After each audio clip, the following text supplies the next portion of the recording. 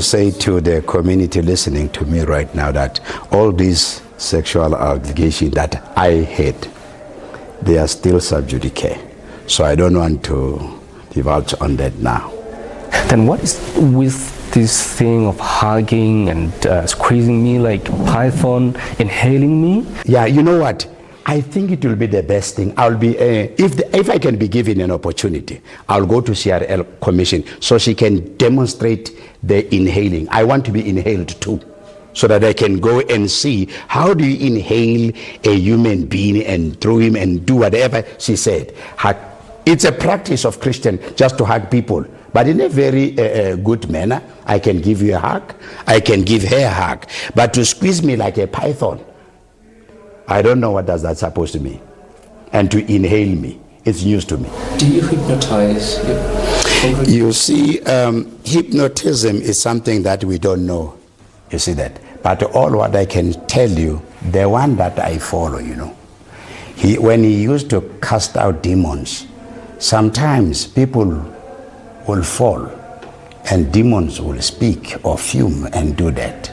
So, and me, I took the same Bible and practiced that which is there. Then I started seeing those things happening.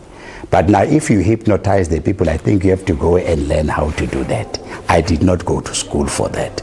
I just preached the word. And then when we prayed for the people, I saw those things happening, not because I have planned or designed them to be there. People you pray for do fall? Yeah, they do fall. Some of them, not all of them. Yes, that does happen. Then your former colleague, or should I say leader in the church, Solibo Pedi, saying that you wake up after falling and then it's done with you. What is meant that? When suggesting that the sexual abuse would have happened. No, you see, that is what they've designed themselves. Let me just say something to you with the black church. The black church is always associated with those things.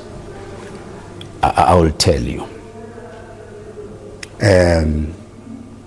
Have you ever seen any successful black man who's been celebrated without being accused of certain things? No, I know that you have to ask me, not me asking you. Any success of a black person, always there's a suspicion with it. Now, on the north side of Johannesburg, I used to visit that place. It's a church there. It's called Rhema Church. The church has grown, but nobody has ever associated that with cult. And why is becoming a cult when it's a black person? What is wrong with the color of our skin? So many of the churches in South Africa, or even including your church as well, we see underprivileged people attending the churches. And of course, this is part of the gospel, I have to say. It doesn't discriminate, right? But from what we heard is that there is how you define the so-called RDP, which is the Reconstruction Development Plan by the government. Reduce it deep in poverty. Is that how you actually define it? No. That it was just, when you add just a cherry on the, what you call, to say that, in fact, all what I wanted to instill in the minds of the people is that you don't stay in that little thing that they're giving to you. You have been given an opportunity to expand, to extend the little thing that you have. Don't have the RDP mentality in your house. I didn't say those houses, I said don't have the RDP mentality. Now this I said RDP mentality, me. I said this is reduced deep in poverty. Don't have that mentality. Change your mentality. That's what I said. But isn't that mocking the poor? No, sir. It's not mocking. Mocking who? The poor of the poor? Who is the poor? Where do I come from? I don't know. You don't know? I come from Everton, bro. I'm a product of this thing. I'm not from heaven. So we cannot, listen, we are in the new democracy. I cannot sit here and wait for Mandela to rise from the dead to come and create jobs for me. I need to use my own brain. I need to use that's what I said to my people, because I was motivating them, not mocking them. So you were not turning them into a laughing stock? No, I don't turn people to a laughing stock. So the people who told you are now angry, the angry folks who left. If you were to ask me of each and every individual, I will tell you why. You see that? So now, when they are outside, then those things which we used to laugh about it is, guys, this thing is RDP mentality, change it. Now it has turned to, they use it now as if it was a mockery. It was never a mockery. So, you are again accused of exploiting the members of your church financially, threatening them if they don't give, they're not going to be successful, they're not going to get healed, there's not going to be any prosperity. What would you like to say about that? No, they're just telling Hamas.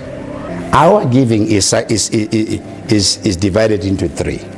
Okay. This runs the church. This one runs the outreach programs. And these ones were for the buildings. That's how they run.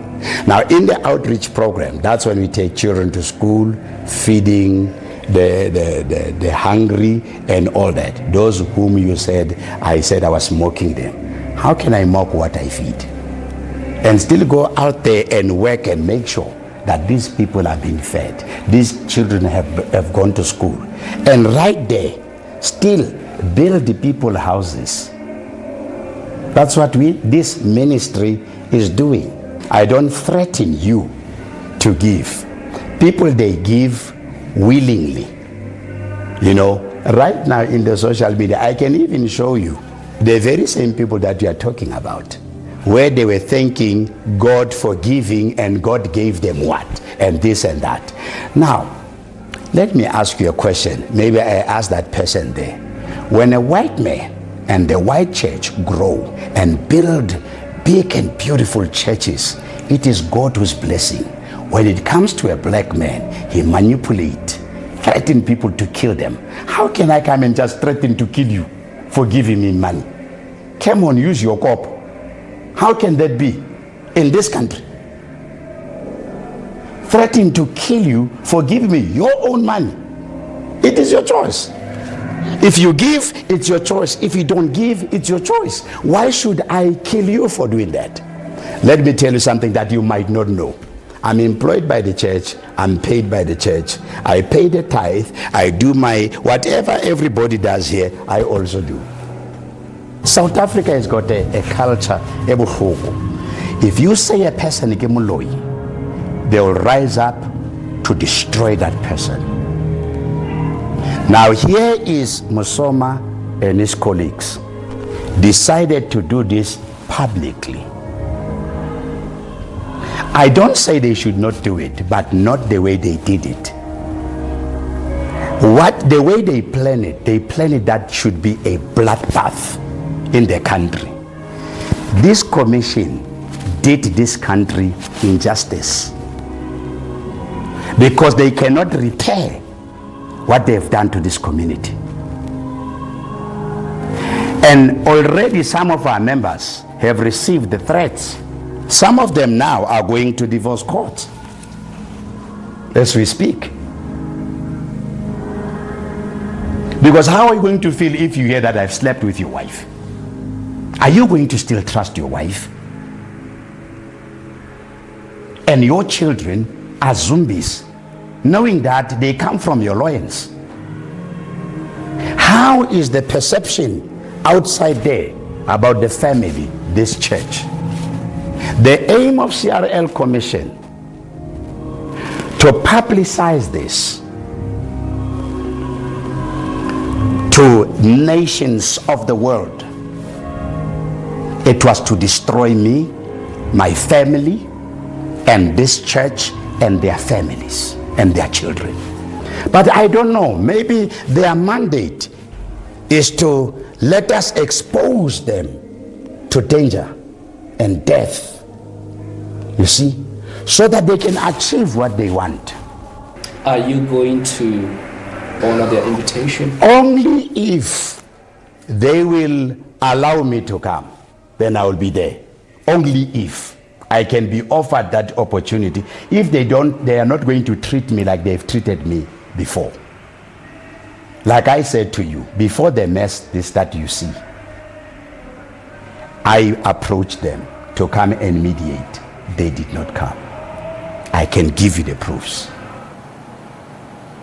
Well, the Commission has extended an invitation to Zondo to appear before it. A date is yet to be finalized. That's my colleague Makhagetla Motlabi in conversation with Bishop Stephen Zondo. Let's take a look at your sports.